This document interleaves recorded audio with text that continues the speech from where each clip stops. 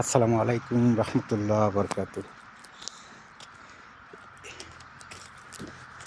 এই যে আমাদের নতুন রুম শুরু হচ্ছে হাঁসের, এইখানে আপনার ডিম পাড়া হাঁস দেওয়া হবে। এইখানে ডিম পাড়া হাঁস দেওয়া হবে। তাহলে এই রুমটা এই শুরু হয়ে গেছে আর কি কাজ। এর ডিটেলস আপনাদেরকে জানাবো যে কত টাকা খরচ হচ্ছে, এই রুমের কত টাকা খরচ হচ্ছে আমি আপনাদের ডিটেলস জানাবো। এইটা লম্বা আছে আপনার 450 ফুট, 450 ফুট। আর আড়ে রয়েছে আপনার 40 ফুট। তাহলে এই 40 ফুট আর 650 ফুট এইখানে হাঁস দেওয়া হবে, ডিম পাড়া হাঁস দেওয়া হবে এইখানে 12,000 আপাতত। এই যে আমাদের ওই পাশে 2টা রুম কমপ্লিট হয়ে গেছে, হাঁসে ডিম দেওয়া শুরু করেছে। এইটা এইটা চাল বানাতি রুম করতে যে কত টাকা খরচ আমি আপনাদেরকে ডিটেলস দেব।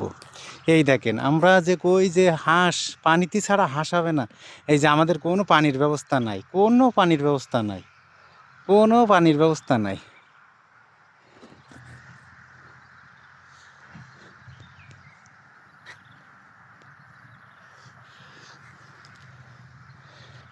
এইখানে স্রেফ খাওয়ার পানি দেওয়া হবে, স্রেফ পানি খাওয়ার পানি দেওয়া হবে, তাছাড়া কোনো পানি দেওয়া হবে না।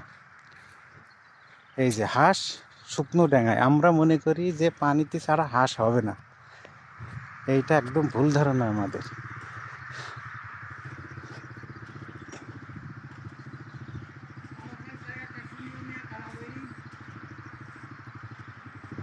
হারিয়ে নি বলে অল্টিং বস।